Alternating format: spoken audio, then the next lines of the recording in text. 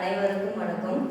தர்மபுரி மாவட்டம் பாலக்கோடு வட்டம் மாதம்பட்டி எனும் கிராமத்தில் இருந்து அருள்பாலித்துக் கொண்டிருக்கும் 108 வாராகி அம்மன்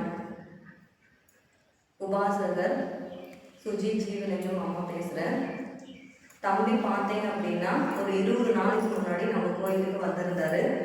என்ன பிரச்சனைன்னு கேட்டீங்க அப்படின்னா, மனைவி ஒரு சில காரணங்களால் மனசு கஷ்டப்பட்டு எங்கேயோ போயிட்டாங்க. இந்த பொண்ணோட அண்ணாவும் இவங்களோட கணவரும் நம்ம கோயிலுக்கு வந்து, அம்மா இதுமாரி பாப்பா எங்கே போச்சுன்னே தெரியல, எல்லா வீட்லேயும் நாங்கள் ஃபோன் பண்ணி கேட்டுட்டோம், எங்கெங்கேயோ நாங்கள் விசாரிச்சிட்டோம், ஆனால் எங்கே போயிருக்காங்கன்னே தெரியலைங்கம்மா அப்படின்னு சொல்லிட்டு கண்ணீர் விட்டு அழுது இந்த கோயிலுக்கு வந்தாங்க.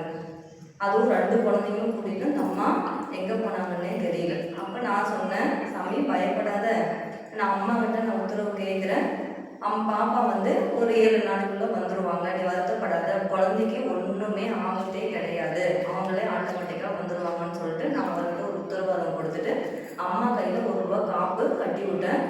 கரெக்டாக சொன்ன டைமில் அவங்க மனைவி அவங்களே வந்து அந்த ஐயா கூட சேர்ந்துட்டாங்க. இப்போ அம்மாவுக்கு நன்றி தெரிவிக்கும் விதமாக என்ன பண்ணியிருக்காங்க, மனைவியை கூட்டிகிட்டு கோயிலுக்கு வந்திருக்காங்க. இந்த விஷயம் உங்களுக்கு சொல்லணும்னு ஆசைப்பட்டேன், அதனால் சொல்லியிருக்கேன்.